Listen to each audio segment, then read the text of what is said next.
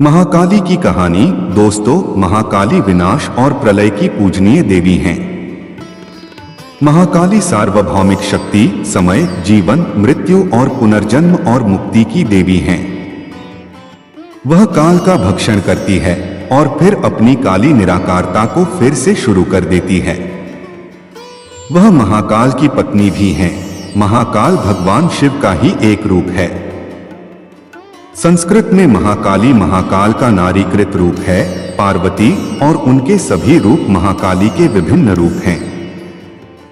आज हम पुराणों में वर्णित मां काली की कथा का वर्णन करेंगे। कौन है महाकाली? दोस्तों, मां काली शक्ति का एक भयानक रूप है।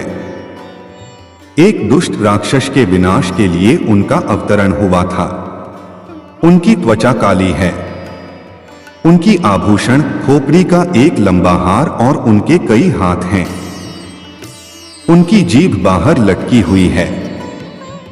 कैसे हुई महाकाली की उत्पत्ति? रक्तबीज नाम का एक राक्षस था। उसे ब्रह्मा जी से वरदान प्राप्त था कि उसे स्त्री के अलावा और कोई मार नहीं सकता था।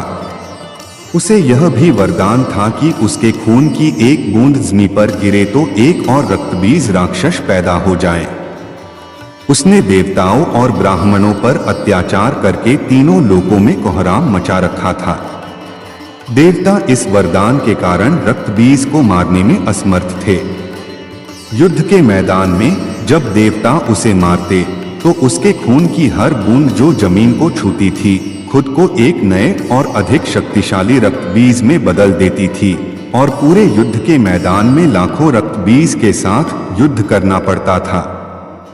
निराशा में देवताओं ने मदद के लिए भगवान शिव का रुख किया, लेकिन भगवान शिव उस समय गहरे ध्यान में थे। देवताओं ने मदद के लिए उनकी पत्नी पार्वती की ओर रुख किया। देवी ने तुरंत काली के रूप में इस खूंखार दानव से युद्ध करने के लिए निकल पड़ी। महाकाली ने रक्तबीज को कैसे मारा? माता युद्ध करते समय जैसे ही उसे मारती तो रक्तबीज के शरीर की बूंद से एक नया रक्तबीज उत्पन्न होने लगा। तब माता ने अपनी जीभा का आकार बड़ा कर लिया और फिर रक्तबीज का जैसे ही रक्त गिरता तो वह माता के जीभा में गिरता। ऐसे करते करते रक्तबीज कमजोर होने लगा। फिर माता ने उसका वध कर दिया। क्यों रखा? मां काली ने शिवजी के ऊपर पैर। रक्तबीज का वध करने के बाद महाकाली माता का क्रोध शांत नहीं हो रहा था। उनका अति विकराल स्वरूप के सामने आने से सब लोग डरने लगे और उनके सामने जो भी आता उनका विनाश कर देती। उनको स्वयं ही नहीं पता था कि वह क्या कर रही है। देवताओं की चिंता बढ़ गई कि महाकाली मां का गुस्सा कैसे शांत करे। तब देवता महादेव के पास गए और उनको विनती की कि माता को शांत करने का कोई मार्ग बताए।